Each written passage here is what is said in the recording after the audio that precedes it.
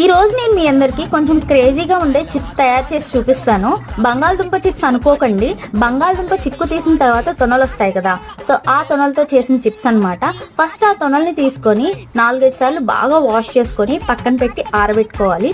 ఈ పక్కన స్టవ్ మీద ఒక బాండీ పెట్టి డీప్ ఫ్రైకి సరిపడా ఆయిల్ వేసి, ఆ ఆయిల్ హీట్ అయిన తర్వాత ఈ ఆరబెట్టిన తొనల్ని అందులో వేసి లైట్ గా సిమ్ లో ఫ్రై చేస్తూ ఉండాలి, లేకపోతే అవి మాడిపోతాయి. కొంచెం ఫ్లేవర్ కోసం కరివేపాకు యాడ్ చేశాను, క్రిస్పీగా టేస్టీగా ఉంటాయని. ఇలా గోల్డెన్ కలర్ వచ్చే వరకు ఫ్రై చేయాలి. ఫ్రై చేసిన వాటిని ఇలా ఒక బౌల్లోకి తీసుకొని పక్కన పెట్టుకోండి. నేను ఫ్లేవర్స్ కోసం, టేస్ట్ కోసం ఉప్పు, కారం యాడ్ చేశాను. ఎక్స్ట్రా మసాలాలు వేయొచ్చు, కానీ ఫ్లేవర్ బాగుండదని నేను వేయలేదన్నమాట. బౌల్ని ఇలా పైకి కిందకి అంటే కదలట్లేదని నా హ్యాండ్ బాగా యూజ్ చేసి మిక్స్ చేశాను.